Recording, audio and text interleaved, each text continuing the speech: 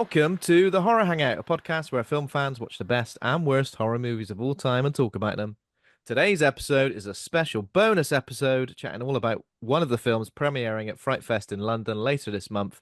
My name is Ben Errington, and today I'm joined by a pair of very special guests, Phillip Escott and Sarah Appleton, the directors of the documentary Generation Terror, which has its world premiere at FrightFest on Monday, the 26th of August.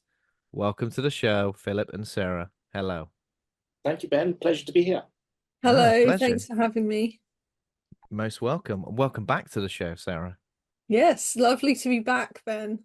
You've been back. You've been on the show. We talked all things J horror at last year's Fright Fest, and then you joined us for an episode covering The Grudge. Yep. I vividly remember you accosting us as soon as we walked out of the screen. I vividly remember being accosted Yeah. by me and Andy. Hopefully not too much of a bad memory. No, it was And good. It was good. I just we'll might have probably been a bit confusing.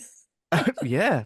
I mean, it was a big moment. Obviously, that was walking out of that screening, and of course, another documentary being shown at this year's Fright Fest, and we will be accosting you after that screening as well. That's a Great. promise. That's a promise. That's something to Phil look can, forward Phil to. can learn the pain. Oh, the pain. It's like that, is it? Right. Okay. I'll make sure Joking. we'll make it even more difficult then next time. Joking, it was Even lovely. it was. It was. Oh, even more hard-hitting questions. Maybe we'll get the hard-hitting questions out of the way here.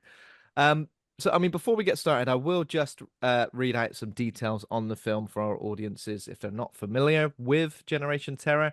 Horror bleeds into the 21st century in an incisive documentary looking back at the late 1990s film industry on a global scale to find out what happened at the turn of the millennium to allow for the huge wealth of horror films flooding out from all corners of the globe.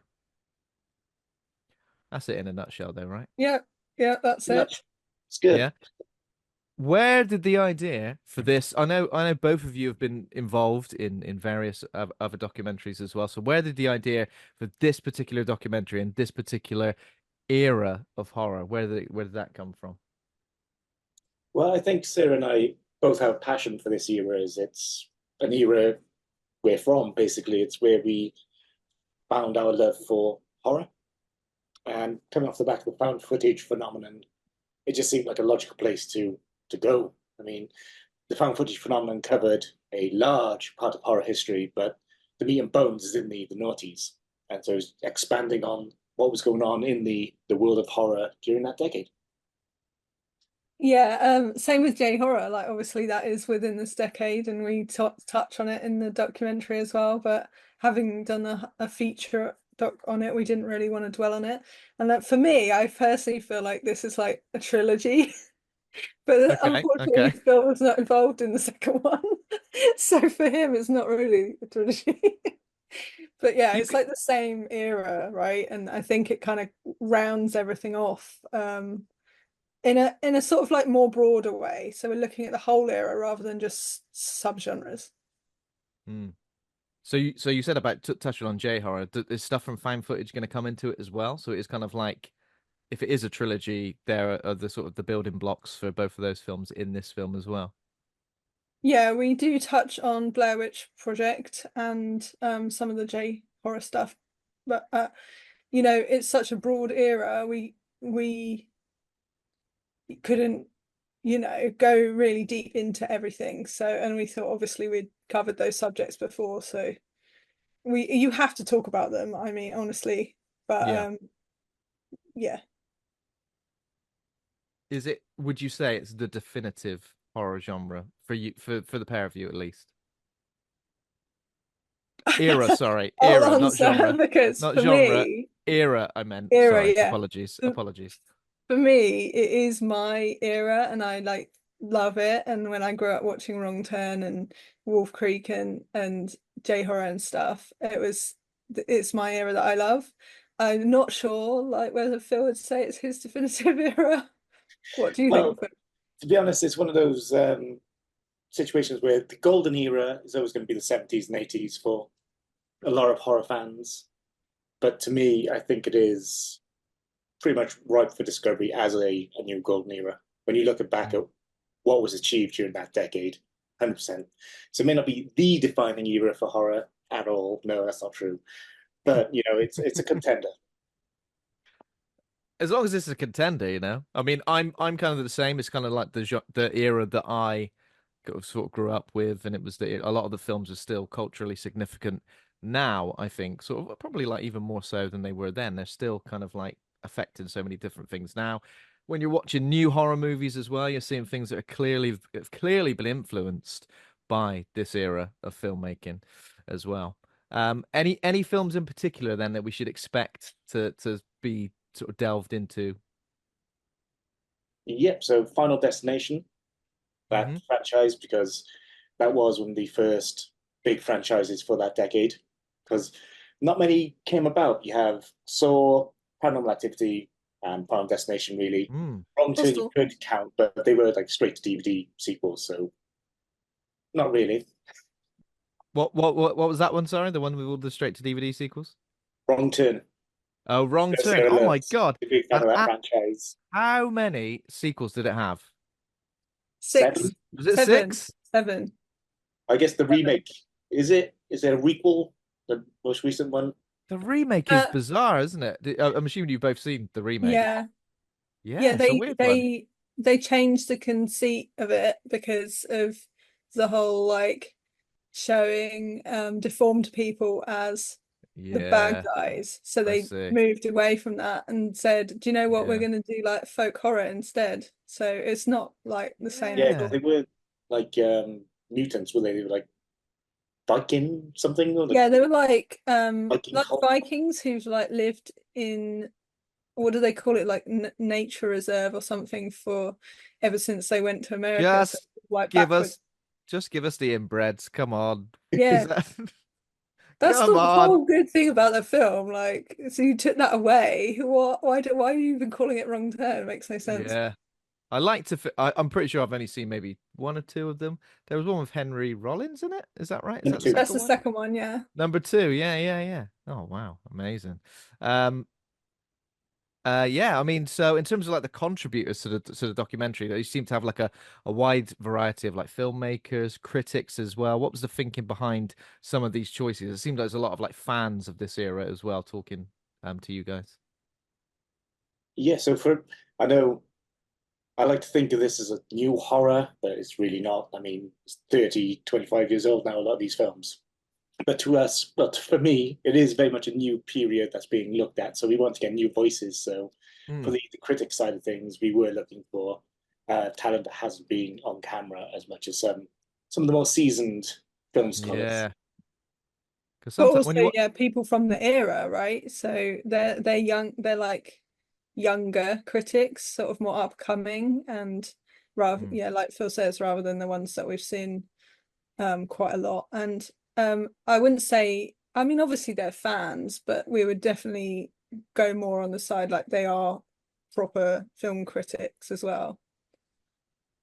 And in Yeah, terms of yeah. talent, it was a bit of a mixed bag of who was available, who wanted to be a part of it, and who we could get. Because obviously we'd love to get James Wan, but there's no way he was going to take time out of his busy schedule to speak with us. Come on, James. What are you Oh, doing? We're what you making a like that, film James? about Generation Terror over here. I mean, it is weird when you say that, when you say like these, it feels very new. It does all feel very new, and it almost feels like, oh, a documentary talking about films that came out, what, 10 years ago or something. But when we're actually thinking about it, it's approaching 30 years, which is Yeah, right. A kind of long scary. time. Yeah. For me, it was I was watching these when I was a kid, so do feel like it's quite a long time ago. But I Yeah, Yeah. for can me, see why I was you in high wouldn't. school when Final Destination came out. I remember going to see it in the cinema. I was underage and I got in. Yes, finally, vindication. But I am Yeah, undercover, they were and I've 30 been years ago. So, oh, no way, man. 30 years ago. Nearly I am 30 with years ago. I am with the British Board of Film Classification. I'm undercover, and I've been tracking you down all these years. Finally Oh, got you shit. to admit it on camera. Oh, plead the fifth. Yeah, I mean, it looks incredibly exciting. What are you most excited about about having it premiere at Fright Fest? Because it's going to be the world premiere as well, isn't it? Um, I think because some contributors are going to be there with us, that's what I'm most excited about. How it's not just going to be like with the found footage. It was a weird time just out of the pandemic, Hmm. and I mean we were still in the pandemic basically in 2021, but FrightFest did happen that year, and so it was just us. So this year we've got Chris Smith who made Creep, and we've got Oh, wow. Neil Marshall as well as Amber, Ariel, and Zoe joining us for definitely Wow. I think it would be a bit more fun because of that. Yeah, yeah, yeah. That's like the Avengers of filmmakers and critics finally coming together to. So it's going to be like an intro and a Q and A and everything, I assume. Yep, Yes. just palm all the questions off to them. So it'll be quite easy for Yeah. us. We don't Yeah, have to that's do good. anything. It's easier. We can just go. Neil Oh, knows this about Descent. He can go. He can talk about it.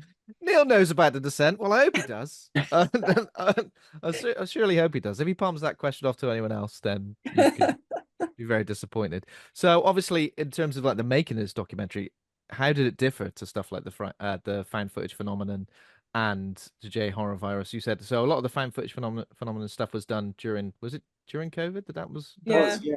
And Yeah. ironically, it made life easier for us because everyone was available. So this one Yeah. was a more Of drawn out course.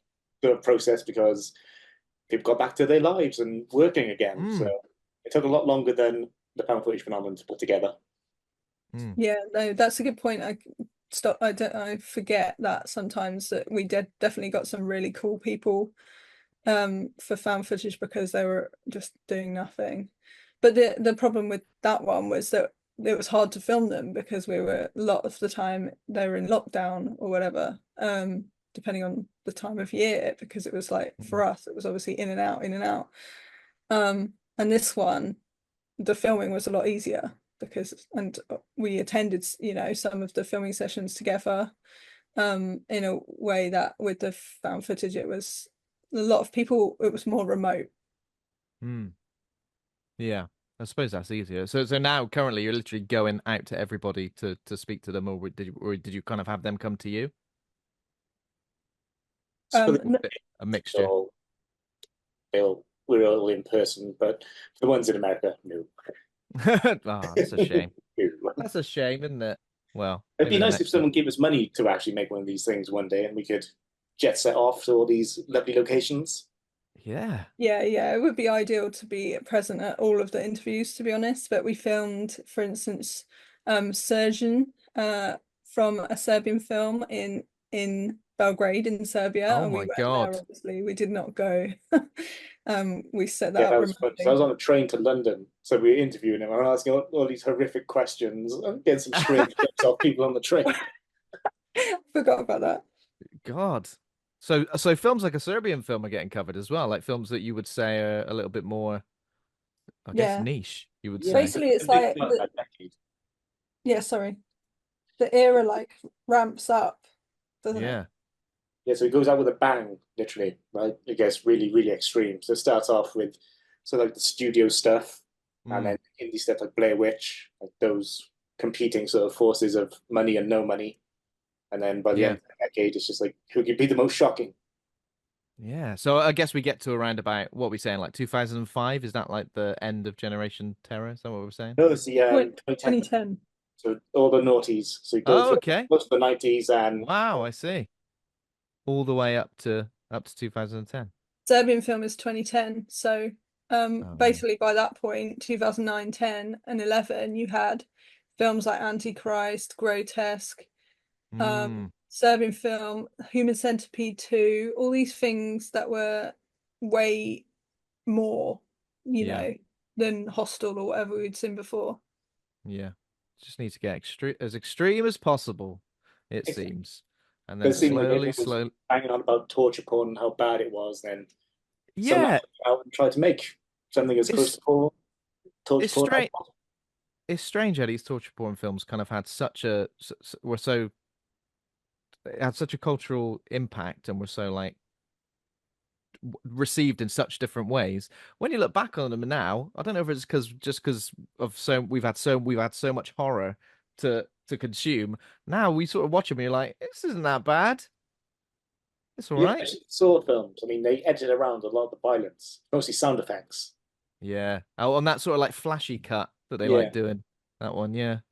So yeah, I think I, it messed with people's heads in a visual sense. But mm, I mean, they did get pretty gory. But the first one, so mm, tame in comparison to if you look at the most recent one, which that is far more extreme than many of the sequels. mm. Well, we're What? all desensitized to gore and That's what it violence. feels like. Yeah. Damn. Uh, what do you hope that like I guess a new generation of horror fans would take away from this documentary? But hopefully, for me, it's the acceptance of the genre because it's always been seen as like a dirty genre, right? One Mm. step above porn.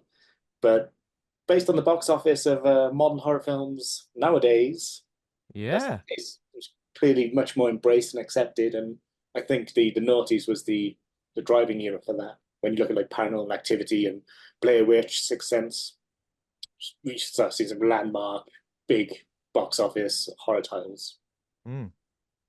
Yeah. Yeah. Yeah. Most For most me, I definitely. just want people to see the generation as a proper era because I don't think people really look at it as a whole. They just Mm. we just feel like we're in the noughties still. I think a lot of people, like we were saying, it doesn't feel that far away, but we're definitely in horror in a different place now. So you Mm. can look back and see everything pre all that crazy Serbian film, how that came about as a whole thing, I think, Mm. because it changed drastically after the 2010s and went into something completely different. And we had things like It Follows and went back to a little bit more like Mm. way less violence and more sort of psychological, I think. Yeah, it's almost like that's where we are now. I think you can still see the DNA of a lot of these films in modern horror, but it does feel like, yeah, we're a lot more focused on psychological things and, trauma and stuff like that. That's very in Yeah. in horror currently, isn't it? Yeah. Um, was sorry, excuse me. Were there any particular contributors that you wanted to include that you didn't? I know you've already mentioned James Wan. Eli Roth, Yeah, he's too busy Yeah. making. Hostel's a big thing. Yeah, Who else? There was no, Greg Ty McLean. West. I want to get Ty West as well because that was like his sort of era where he came to find his voice. But he's yeah. busy doing Maxine. Oh, Yeah. God. Um, we God. had we filmed well, we interviewed the director of Wrong Turn, Rob Schmidt, and I love Wrong Turn, so I was really excited about that. But he lives in China. I'm saying China because I don't think it's Hong Kong, and that's why it was difficult, but it might have been Hong Kong. Mm, But it was really difficult to set up filming with him, and he said he filmed himself, but unfortunately it wasn't like good enough because you have to mm. kind of have a bit of a standard now you're not in the pandemic. Yeah, I see. Yeah, it'd So be sadly we quite had to put that. jarring watching Yeah. somebody doing a lovely setup interview, lovely lights and everything, and then someone filming it on a Nokia N-Gage or something in 140p or something like that. Yeah, definitely. So yeah, you're looking forward to the event? It's Monday. It's Monday afternoon, isn't it? Yes. Yeah, 3:15. Yeah. 3:15, 3:15. Is there something? Is it extra special watching with an audience? Because I feel like documentaries possibly a little bit not as well represented at things like Fright Fest. I think perhaps there were only like two or three last year, and now there's maybe only two.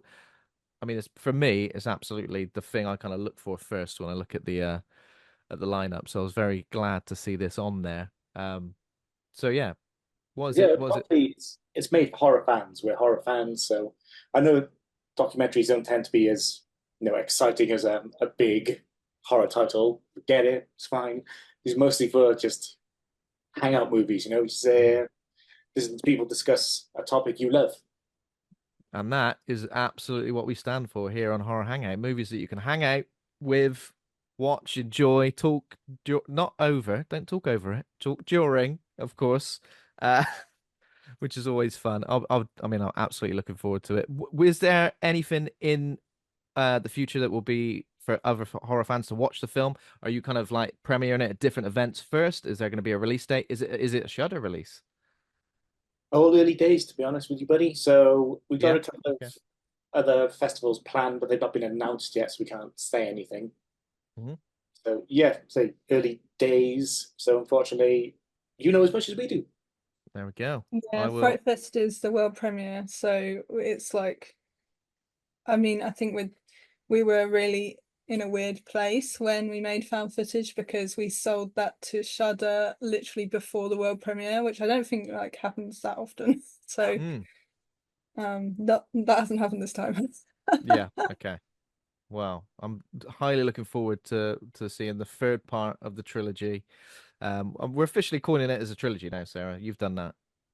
Sorry, This Phil. is this is the this is the Return of the Jedi of the horror movie documentaries. Absolutely. What are you guys working on next, or is that all hush hush as well? I feel like I'm asking you questions that you're gonna have no answer to. Yeah, so for me, I got a documentary coming out soon, but I can't say what it is. Sorry, the film Okay. is mentioned in this documentary, so it kind of ties. Ah. What? And Oh, so even Sarah doesn't know. I don't even Excuse know. me. Excuse me. you do know, you just forgot. Yeah, one of those. We've all been there. I I'm guess gonna I'll be ask you after. I'm gonna be waiting there, waiting for any film to be mentioned. God, this has got to be a documentary about this. Absolutely. Um, what would you make a documentary about another era of horror movie? No, again, I'm not asking you to reveal any future projects, but any eras in particular you think could probably benefit from like a deep dive? Honestly, I think that um it's getting a bit saturated. Like a lot of people are making these sort of documentaries, and I can't think of something that hasn't been done now. Mhm. Since we've covered the noughties. I mean, I know that some people are making a 90s documentary and that they've done 80s and I don't know, I'm Yeah. sure there is something, but I think it's quite saturated. So I'm not personally going to do another one as far as I know. I mean, in terms of it's one of those saturation I don't really mind too much, you know. I think I'm always keen to get my hands on stuff like that. But yeah, I think In Search of Darkness are doing a bit of a 90s focus thing now, aren't they? I think as soon as they Yeah. start making film, if we get a documentary about films from 2015 onwards, I'm officially out. I'm just going, come Yeah. on now. But what if they I don't start in think we like can 10 do years it. time? What was that? What if they start happening in like 10 years time? Yeah, But yeah, that's still, true. That'll be all right. That'll be fine. As long as there's nothing that makes me feel too old, you know, because I'm struggling with this, thinking these films are 30 years old plus. You know, when like almost every day you see this film came out 30 years ago today, and you're like, absolutely not. No way. yeah. It's like Insane. Blair Witch is like 25 years old all of a sudden. How did that happen? Yeah. Yeah, that is crazy. Yeah, 25 years this year, I guess. So Yeah, when about was that released? Is it like October or something? 99, wasn't it? Yeah. Yeah. Oh my God. I still remember. Everyone thought it was real, didn't they? What a fantastic time to be alive. Is this film real? Is it not real? Have a look on this website. Ah, I loved it. It was It's great. perfect, perfect marketing. Never to be recreated. It was the perfect storm of all those things. Um, okay. Well, thank you both for joining me. Um, Super excited for this. Of course, I'll be at the premiere as well. So we'll chat to you again then. Maybe I'll have brand new questions. Who knows? Uh, but until then, we'll keep our audiences up to speed with this film and when it's potentially going to be released after its festival run. Thanks for listening. If you enjoyed the show, become a patron over at patreon.com/horror hangout. Thanks to Taj Easton for our theme music. Thanks to Acast for hosting the show. And of course, thanks, Philip. Thanks, Sarah. Thanks for joining me. And we'll see you at Fright Fest. Cheers, Ben. Look forward to being Thank accosted. you. Oh, yes. Accosted, you will be. See you later. Bye. Cheers, guys. Thanks. Bye.